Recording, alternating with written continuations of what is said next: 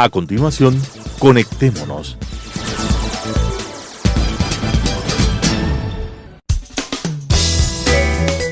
Clasificación A. Apto para todo público.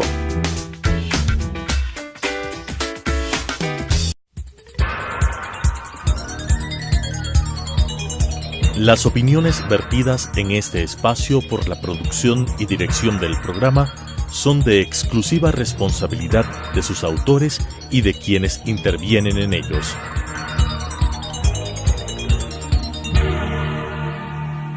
Telesucesos Canal 29 UHF presenta Conectémonos. El presente no es producto del azar. Hay múltiples hilos conductores que nos explican y contextualizan el proceso del desarrollo humano. Sigamos esas pistas y tengamos una mejor comprensión de los cómo y los porqués de nuestras realidades, con la conducción de Alan Cathay. Conectémonos. Una serie de circunstancias se produjeron en torno a la octava cumbre de las Américas que se realizó hace unos días en la ciudad de Lima. Entre estas, el retiro de la invitación al dictador Maduro, el derrumbe de Pedro Pablo Kuczynski y su renuncia a la presidencia del país anfitrión a pocos días del evento, la anunciada asistencia y posterior cancelación del presidente Trump, la inasistencia de Raúl Castro y finalmente el forzado regreso del presidente Moreno a Ecuador por los trágicos acontecimientos en la frontera norte, por todos conocidos y lamentados. Estas circunstancias, decía, hacían pensar en una cumbre impactante, máxime cuando su tema central hacía referencia al riesgo que, para el sistema democrático, significa la corrupción. Sobre esta cumbre y su tema de fondo, conectémonos en línea con los varios programas en que se ha tratado el gravísimo problema de la corrupción. Pretendo explorar con el doctor Diego Ordóñez, analista político y crítico duro y mordaz de este lamentable y extendido fenómeno, la corrupción. Diego, bienvenido. Alan, un gusto estar contigo. Me encanta que estés por acá. ¿Cuáles son tus impresiones sobre la cumbre? Tal vez arrancamos con el retiro de la invitación al presidente Maduro. Hubo la duda de que, salido Kuczynski, el presidente del Perú, Vizcarra, revería aquella decisión de no invitar a Maduro a la Cumbre de las Américas. Pero me pareció muy importante que eso no se haya producido, lo cual quiere decir que el resto de presidentes que iban a asistir estaban de acuerdo que eso suceda.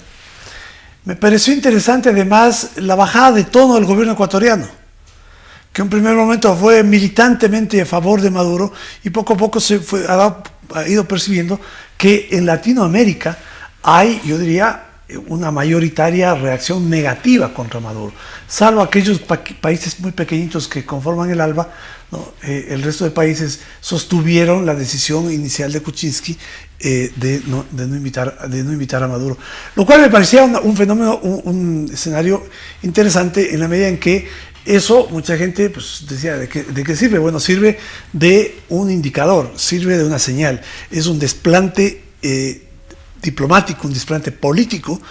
Le quieren decir a Maduro que los presidentes de Latinoamérica, es decir, sus pares del resto de países, no quieren sentarse con él, no quieren una foto con él. Esto sin duda tiene un peso, yo diría, moral, ¿no? Un peso moral que, claro, para la moral de Maduro posiblemente no sea muy significativa, ¿no? Un país que está tan corroído en la base, ¿no? Y esto podemos conversar luego, cómo es que los nexos de lo que sucede en la frontera ecuatoriana también nos deben una parte al poder político que ha secuestrado a Venezuela. Coincidencialmente, el mismo día en que concluye la cumbre, el expresidente Lula es encarcelado. El tema central de la cumbre, que fue la corrupción, evidentemente nos está mostrando que tenía razón de ser. hay una razón de fondo que me parece que está siendo reconocida por la comunidad latinoamericana del gravísimo riesgo que la corrupción significa para el sistema democrático. El sistema democrático es un sistema que funciona en torno a una confianza que la población llega a tener en la institucionalidad, en los procesos, en que las cosas se hacen de acuerdo a la ley. Y en esa medida la corrupción se vuelve campo abonado para los demagogos, para los populistas, en general para este pensamiento mágico que 100 años de soledad también lo retrata en nuestro en Hay un nuestra problema, realidad, ¿no? Alan, tú planteas un problema estructural muy complejo, ¿no? Porque la conducta, la propensión a la corrupción, digamos que puede ser eventualmente natural en los seres humanos. En algunos hay mayor propensión, ¿no? Dependiendo de sus entornos. Pero, ¿qué es lo que ha hecho que los países en donde ha habido corrupción, esto no se convierta en un atentado contra la democracia? El hecho de que hay instituciones, hay jueces, hay fiscales que sancionan y los corruptos van a la cárcel. Hace poco se sentenció, si no mal no recuerdo, a 25 años de cárcel a quien fue presidenta de Corea del Sur. ¿Cómo no? ¿Por qué? Porque fue encontrada favoreciendo a los intereses de una amiga muy cercana. Pero el problema, la pregunta es, ¿el problema está en la falta de instituciones o está en la cultura política de los electores? Porque Lula ha sido demostrado como ladrón, como corrupto, como hombre, un sinvergüenza, porque encontrado en falta niega, se escuda, falsea los hechos, trata de marear a los fiscales. Sin embargo de eso, tiene en el Brasil la primera opción de triunfo electoral. Es decir, a los votantes, mayoritariamente, discúlpame la expresión, les importa un comino si Lula está preso, si tiene que gobernar desde la cárcel, pero piensan que él es aquel que puede recibir la delegación del poder que el pueblo entrega a sus gobernantes.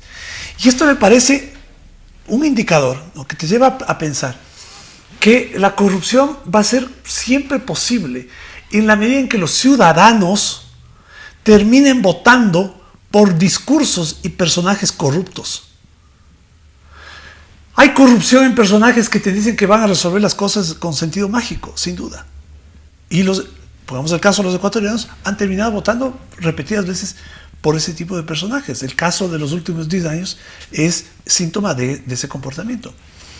Entonces, posiblemente lo que hay que plantearse son acciones, si uno quiere, no piensa en correctivos, en acciones que topen varios temas, ¿no? Lo uno que tiene que ver con lo cultural, y lo cultural tiene que ver con la formación, y la formación tiene que ver con la educación. Y lo otro tiene que ver con lo institucional, ¿no?, con el fortalecimiento de jueces, de la estructura de control, y sobre todo, porque ¿dónde estas dos acciones encuentran un origen? En las decisiones, en la comprensión de las élites políticas, las élites económicas de una sociedad que reconocen que esto es lo que hay que hacer. Porque sucede que en el Ecuador muchísimas las élites han promovido este ambiente, ¿no?, han promovido candidaturas populistas, o también han participado en actos de corrupción e impunidad porque eso conviene a sus intereses de corto plazo. La diferencia está en el hecho de que existan élites, ¿no?, aquellas que están en la cúspide, que son las que conducen las sociedades hacia fortalecer esta cultura no populista, ¿no? Chile es un ejemplo, y las instituciones que garanticen que la corrupción sea perseguida. Diego, el tema central de la cultura, o más bien dicho, de la falta de una cultura que se oponga, que resista, que encuentre en la corrupción un factor de agravio hacia la sociedad, porque es esto, es un agravio a la sociedad. Si bien puede responder a un vacío cultural, creo yo que también responde y esencialmente a aquello que tú señalabas, a una traición de las élites. Las élites, traicionándose a sí mismas, traicionan al país, traicionan a la región y obviamente se vuelven agentes que temporalmente se van a beneficiar de beneficios económicos, de la naturaleza que sean, pero que en el largo plazo esta pérdida de fe en esas élites va a dar los espacios necesarios al surgimiento de los movimientos populistas, de los movimientos mágicos que tienen las soluciones caídas del cielo y que obviamente en una población que ha perdido la confianza en esas élites, que las ve como unos agentes más, como unos participantes más de esta orgía de corrupción, cualquier propuesta es buena. O sea, si es que no se da una regeneración importante de las élites políticas y culturales latinoamericanas, yo no veo muchas salidas, ¿no? Mira, yo ampliaría el tema de élites y sobre todo élites económicas, ¿no? Me refiero a aquellos que tienen capital, tienen incidencia en la forma en que el capital se invierte, en dónde se invierte, en fin. ¿Por qué te decía que es cultural? Porque la cultura se va creando por emulación, ¿no? Por copiando. Y uno copia los modelos normalmente que están más arriba, eso es natural. Y entonces, si uno ve que las élites roban, coiman al policía, van al Congreso a defender intereses particulares o negocios específicos, en el ejercicio del poder buscan la manera de aprovecharse, en la de petrolera, en las inversiones eléctricas, en fin. Bueno, al común de los ecuatorianos le queda claro que ese es el modelo de comportamiento. Y ese es el modelo de comportamiento. Y eso es algo que tenemos que corregir, porque las cumbres son buenas, ¿no? Todas estas cosas se reúnen ahí, los presidentes se toman fotos, se dan abrazos, pero cada cual regresa a su país, ¿no?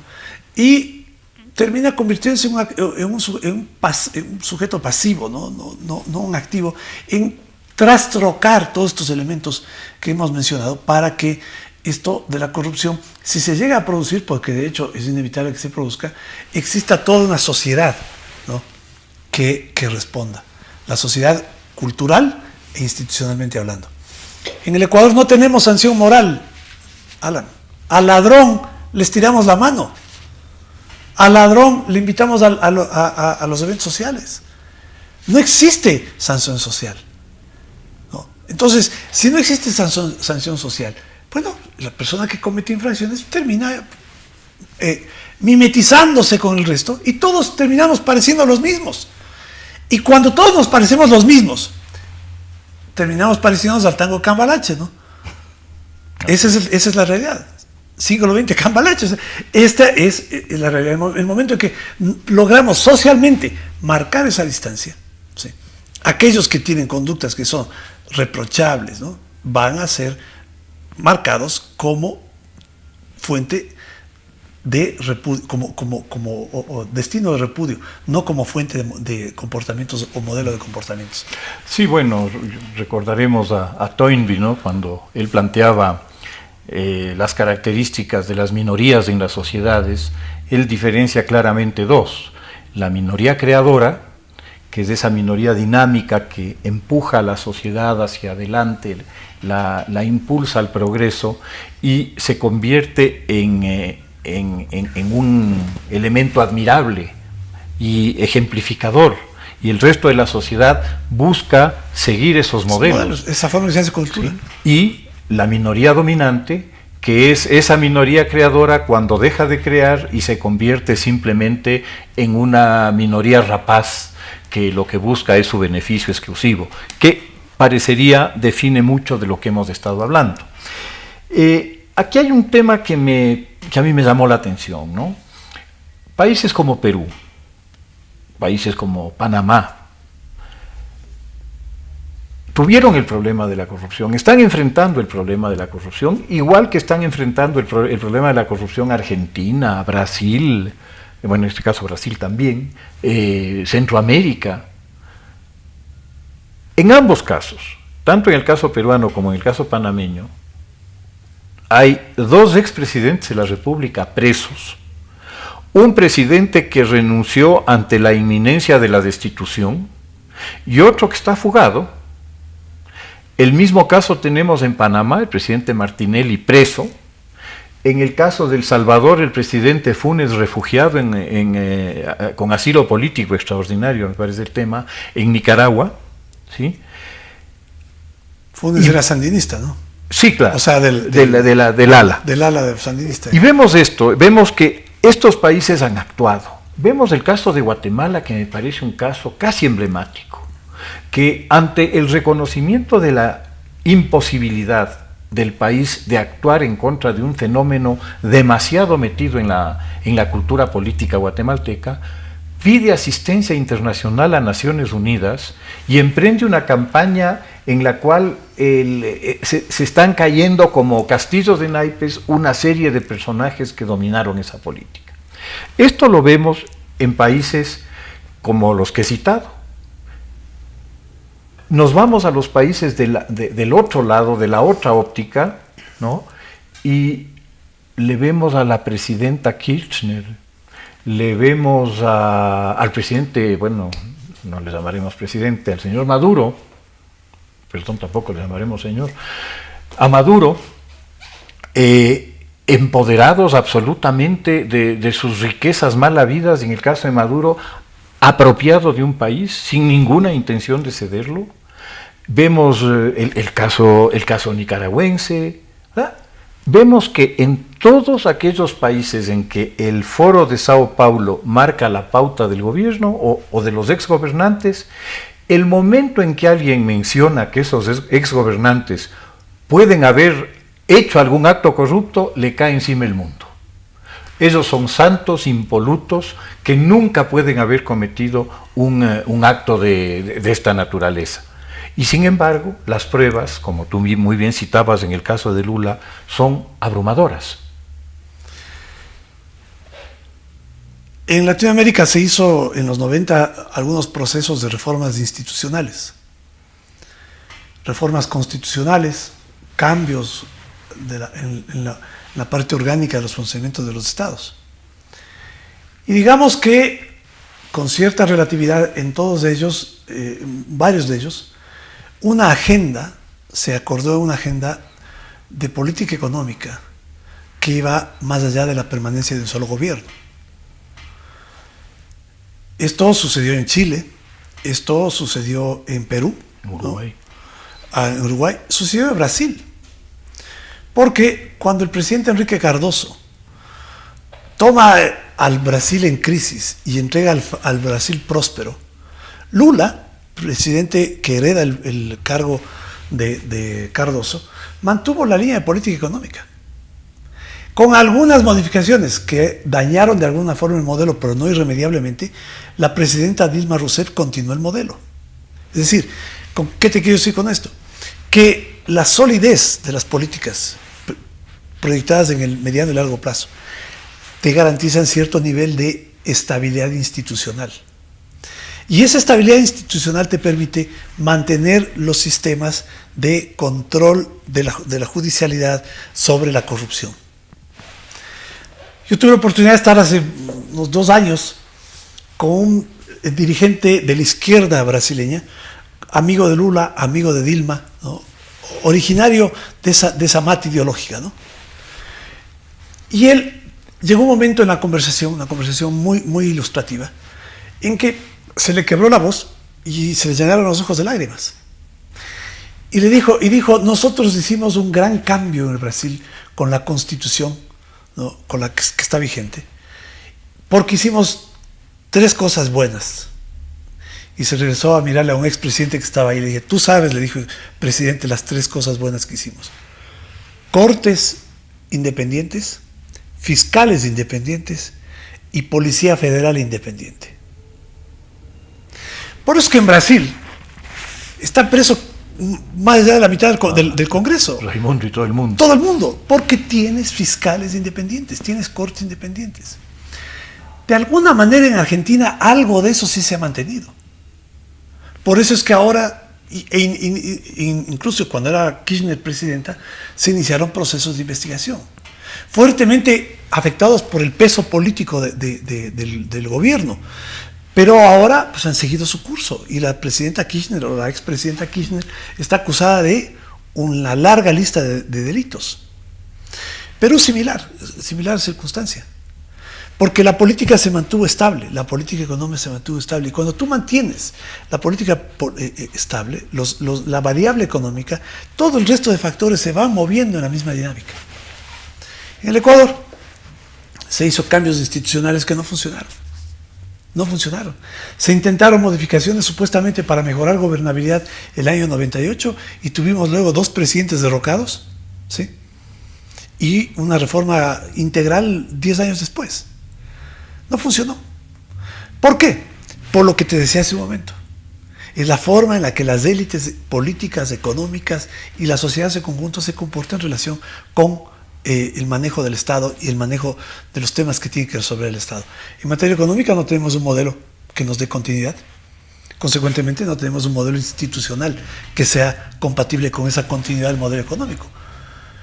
Entonces, este es un problema, ¿no? Es un problema estructural, un problema mucho más profundo, ¿no? Mucho más complejo, en donde el que se meta preso a un corrupto es solamente un pequeño episodio de este gran drama, ¿no? Un gesto, ¿no? La corrección de la sociedad, del funcionamiento de la sociedad, para evitar que los actos de corrupción se produzcan, supone esfuerzos de muy largo plazo, pero van a partir esencialmente de algo que algún rato ojalá suceda, que es un gran acuerdo entre los sectores de la política que, expresa o tácitamente, definen un esquema de funcionamiento de la economía.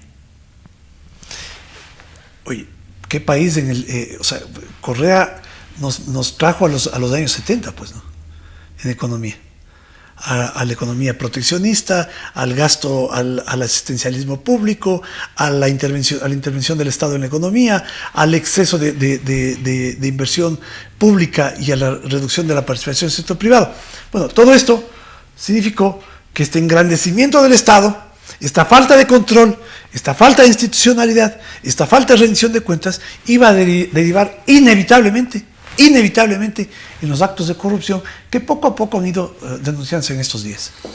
Sí, no, parecería que el tema central pasa por las instituciones, pasa por el fortalecimiento, la validación de las instituciones y también pasa, creo, y en este sentido es interesante anotar algo de lo de la cumbre, que es la redacción del documento final. El documento final hace un reconocimiento explícito, muy, muy directo de los riesgos que la corrupción implica para la democracia en la región y invoca a los miembros, a los Estados miembros o participantes en la cumbre a emprender una serie de medidas en varios campos que me parecen necesarios, pero que si no se quiere que terminen en un saludo a la bandera, van a implicar necesariamente una participación de otra naturaleza de la comunidad internacional. La corrupción no es un fenómeno local. Es transnacional. Y parecería que la necesidad de la creación de una especie de Interpol anticorrupción, tal como sucede con el narcotráfico, tal como sucede con la trata de blancas y con los delitos abominables que se producen, pues lo es la corrupción y por los daños que provoca en el tejido social. En esa línea pienso que se debería trabajar y se debería impulsar proyectos de trabajo conjunto de los países. Y yo creo que básicamente está centrado en el hecho de cuál es el tamaño de la participación que el Estado tiene en la economía. Porque sí, entonces la corrupción, cuando el Estado administra los negocios, cuando el Estado maneja petróleo, corrupción, cuando el Estado maneja obra pública, corrupción, cuando el Estado maneja empresas, corrupción. Bueno, si el Estado tendría menos participación, yo te aseguro que va a haber menor riesgo de corrupción, ¿no? Mientras el Estado esté controlando los grandes negocios, va a existir actos de corrupción. ¿Cómo se denuncia? Bueno, ahí hay un entramado sobre el que hay que trabajar y en el Ecuador hay que restituirlo, ¿no? Porque en estos 10 años Correa creó condiciones estructurales para la corrupción, hizo modificaciones de leyes, creó y neutralizó el funcionamiento de ciertas instituciones que permitieron que exista un ambiente de impunidad. Y esto quiere decir, yo creo, un gran acuerdo, ¿no? Y yo diría sobre todo la correcta y buena intención de la gente, de los políticos que pueden llegar a estos entendimientos, para perfilar hacia adelante una sociedad en donde no existan estos niveles de corrupción, y si existan los mecanismos para que se judicialice y se meta a la cárcel a los ladrones.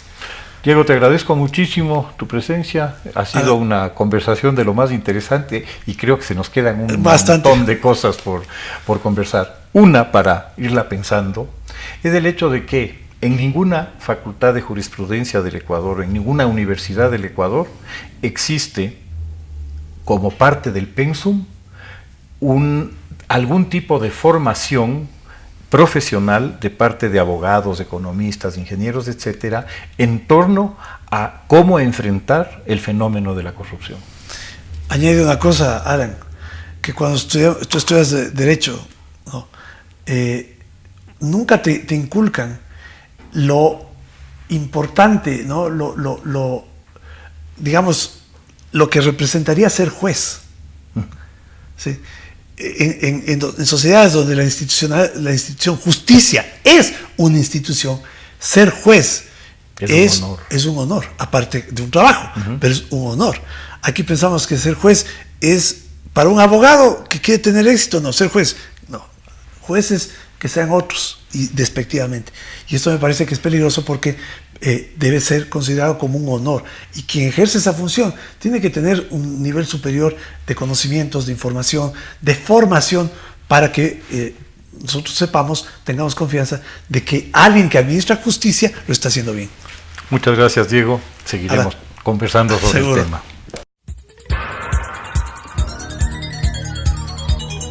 Las opiniones vertidas en este espacio por la producción y dirección del programa son de exclusiva responsabilidad de sus autores y de quienes intervienen en ellos.